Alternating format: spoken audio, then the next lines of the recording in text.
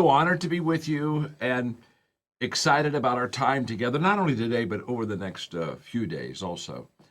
And when I talk about leading through a crisis, I really want to talk about this title for a moment because it's highly possible that you're sitting there and you're saying, wait a minute, I'm not a leader.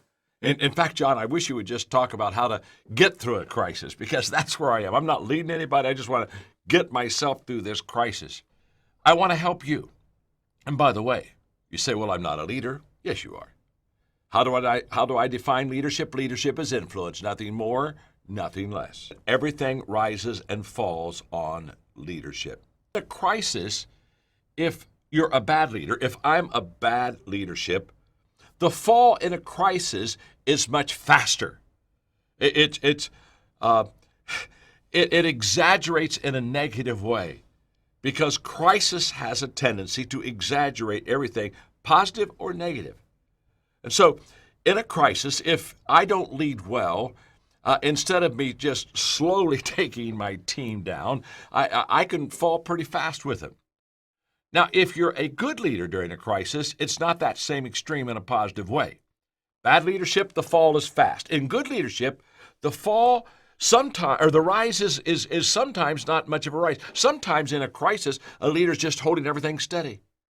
We're not growing, we're not getting better, but we're just holding steady, knowing that this too shall pass. And the main difference between good and bad leaders is most easily observed during a crisis. A crisis shows leaders up. How we view things determines how we do things. Deeper. Number one, if you want to be a good leader and help people through a crisis, your number one priority is to put the people first. Now, this is easy because the number one priority always for a leader, good times, bad times, is to put the people first. In this case, with the coronavirus, it's the safety of the people. It's all about you. And it's all about how can I help you, serve you, lift you, love you. So many times leadership puts themselves before others in a crisis, and that crisis just begins to multiply in the lives of so many people. That's always wrong. It's always wrong. The second thing we need to do is to be a good leader during a crisis is to educate ourselves. In other words, know what the issue really is. And if you really want to educate yourself, I would go to the World Health Organization, WHO. So I just want you to know that we need to as leaders to have a healthy knowledge of what we're dealing with. Number three, be flexible. A crisis has a lot of uncertainty and it has a lot of change. When plan A isn't working, you can go to plan B. And sometimes in a crisis, to be honest with you, you've got to have a plan C or even a plan D. But flexibility is very important for leaders to be able to lead people through the landmines of that crisis. Number four, leverage your team. In other words, utilize your team.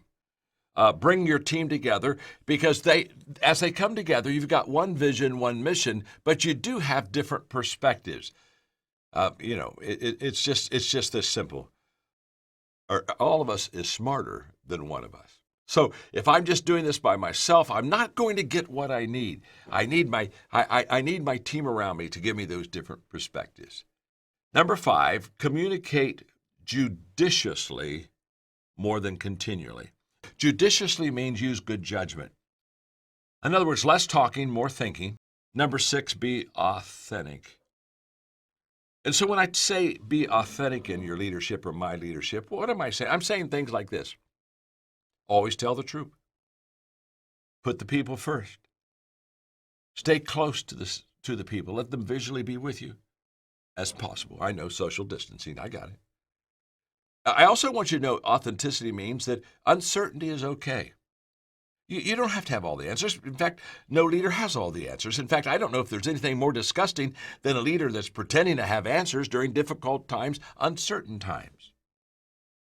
Do the right thing. That's an authentic leader. Keep your head above the crowd. You want to be in the crowd, but you want to be above the crowd. If your head's not above the crowd, you're not seeing the big picture. You're just seeing the crowd. And when you see the crowd, that's not the direction you want to go.